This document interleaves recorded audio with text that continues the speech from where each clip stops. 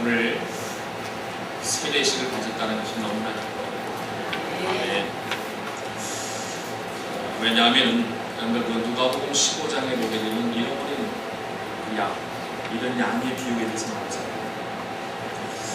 거기 보면 어떤 사람이 양 100마리를 키우고 있었지. 근데 한 마리를 잃어버리게 됩니다. 그 한 마리를 찾기 위해서 99마리의 그 양들을 들여다 두고 이제 그 한 마리를 찾아갔어요. 그리고 난 다음에 꺼주십시오. 그러고 난 다음에 드디어 그 양을 찾게 되죠. 근데 찾고 난 다음에 너무나 즐거워서 그 양을 어깨에 메고 집으로 돌아옵니다. 집에 와서 그냥 있지 않았어요. 겉과 이웃을 불러가지고 잔치를 벌였다는 것입니다. 그리고 성경에 보니까 뭐라고 말씀하고 있냐면, 내가 너희에게 이르노니 이와 같이 죄인 한 사람이 회개하면 하늘에서는 회개할 것 없는 의인 99으로 말미암아 기뻐하는 것보다 더하리라. 얼마나 기쁜 날인지 몰라요. 오늘 한 분의 입교교인과 한 분의 세례교인, 우리도 기쁘지만 하늘나라에서는 잔치가 벌어지고 있다는 사실입니다. 이게 얼마나 복된 날인지 몰라요. 어때요? 저만 기쁩니까? 다 함께 기쁘시지요? 네. 그런 의미에서 우리 한번 입교, 오늘 또 세례 받으신 두 분을 위해서 박수로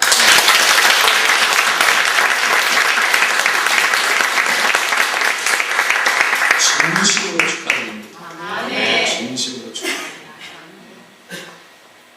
하나님께서 함께 하시는 임마누엘의 축복이 우리 두 분과 늘 함께 하시고 영원토록 함께 하시는 은혜가 있게 되시길 주님의 이름으로 축원합니다. 네.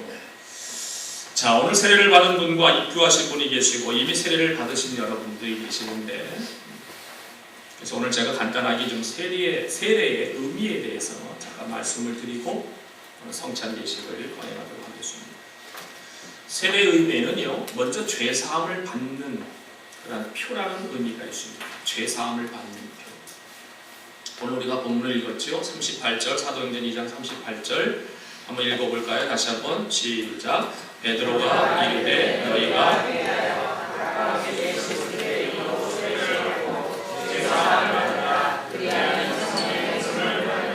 자, 됐습니다. 베드로가 그 당시 유대인들을 향해서 너희가 회개하여 각각 예수 그리스도의 이름으로 뭘 받아라? 세례를 받고, 세례를 받는데 세례를 받음으로 뭘 받으라? 죄사함을 받으라. 죄사함을 받으라. 한마디로 세례라는 것은 죄사함을 받는 표구나, 이렇게 생각하면 됩니다. 자, 저와 여러분들, 우리 인간은요, 누구나 다 용서받아야 할 죄가 있습니다. 그 누구도 죄가 없다라고 할 사람 아무도 없습니다. 로마서 3장 23절에는 모든 사람들이 다 죄를 가지고 있다. 의인은 한 사람도 없다. 분명히 로마서에서는 말씀을 하고 있는 것을 보게 됩니다. 그래서 인간은 누구나 다 용서받아야 될 죄가 있다는 거예요. 근데 그 죄는 오직 예수 그리스도, 그분을 믿음으로만 용서받을 수 있고 그 죄를 씻김받을 수가 있다는 거예요. 예수님께서는 그 죄를 위해서 십자가에서 피를 흘려주셨는데, 우리가 믿음으로 그 십자가의 피가 모든 죄를 씻어주셨다. 그렇게 그 믿음을 갖고 나가게 되면 모든 죄는 다 용서함을 받게 된다는 것입니다. 그래서 세례를 받는 것은요, 이 예수님의 피로 씻김을 받았다는 것을 외면적으로 나타내주는 그런 표시라고 할 수가 있습니다.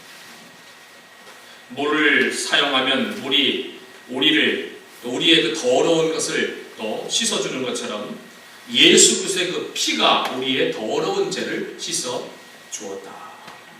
이것을 나타내기 위해서 세례를 받게 된다는 것입니다. 그래서 우리 세례 받으신 분들도 그래, 그 세례 받은 그때를 한번 좀 회상해 보세요. 그러면서 그때 받은 그 은혜를 한번 좀 생각해 보세요. 그 은혜와 그 사랑이 얼마나 감사한지. 뿐만 아니라 세례는 그리스도와 연합되었다는 그런 의미가 있지요. 로마서 6장 3절에 보니까 무릇 그리스도 예수와 합하여 세례를 받은 우리는 그의 죽으심과 합하여 세례를 받은 줄을 알지 못하느니요.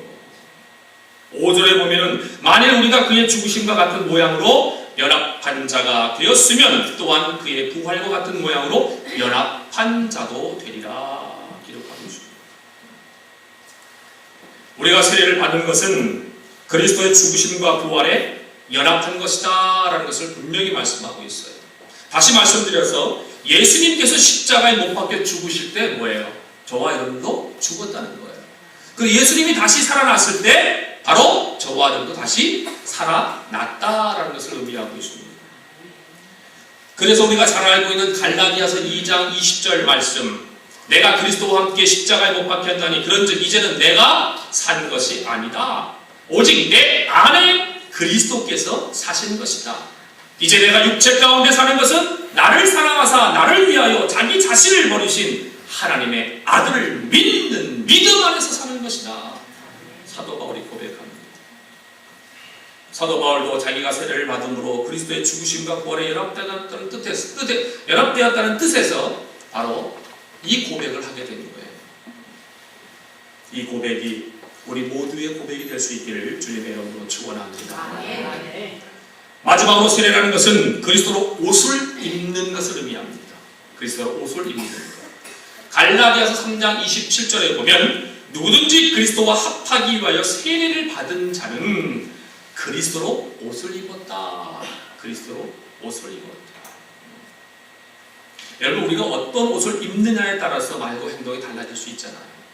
학생은 학생으로서의 말과 행동이 있습니다. 그리고 군인은 군복을 입는 순간 뭐예요? 그 군인으로서의 말과 행동이 필요합니다. 군복을 딱 입게 되면은 뭐 요자 이런 말 하지 못한다 그러잖아요. 됐습니까? 합니다. 그죠? 요자를 그랬어요? 아니에요? 이런 요자를 쓸 수가 없어요. 군인. 군복을 입는 순간 말부터가 달라지게 되고 모든 행동 자체도 달라지게 되는 거예요.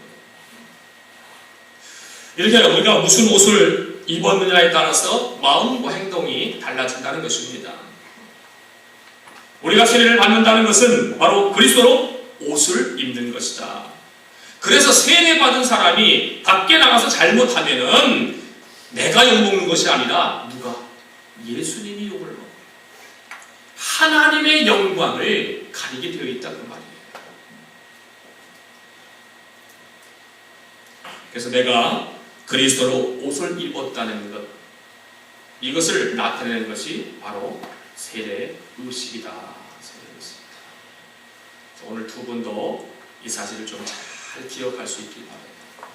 내가 세례를 받아서 죄 사함을 받았다는 것, 그리고 이제는 그리스도와 연합이 되었다는 것, 내가 사는 것이 이제는 나를 사랑하사 나를 위해서 자기 자신을 버리신 하나님의 아들을 믿는 믿음 안에서 사는 것이라는 것, 이 고백이 있어야 된다는 거예요.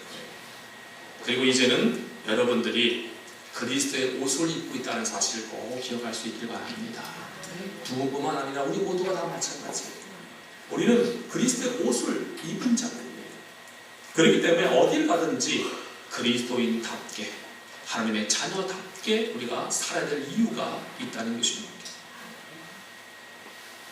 우리가 이것을 명심하고 세례받은 것 다시 한번 여러분이 회상하시면서 오늘 성찬을 받으시고, 그리고 하나님 앞에 감사하면서 세례받은 자로서의 우리의 책임을 다시 한번 점검할 수 있는 귀한 복된 시간 될 수 있기를 주님의 이름으로 축원합니다. 기도하겠습니다. 하나님의 은혜를 감사합니다. 세례를 받음으로 말미암아 우리가 죄 사함을 받았고 예수 그리스도와 연합됐고 이제는 우리가 다른 어떤 것보다 예수 그리스도의 옷을 입고 사는 그리스도인이라는 사실을 우리가 깨닫게 하심을 감사합니다. 이제 어딜 가든지 어느 곳에 있든지 항상 그리스도인답게 하나님의 자녀답게 살아가는 우리 모두가 되게 하여 주시옵소서. 함께 하심을 믿사오고 예수님 이름으로 기도하옵나이다. 아멘. 성찬 예식을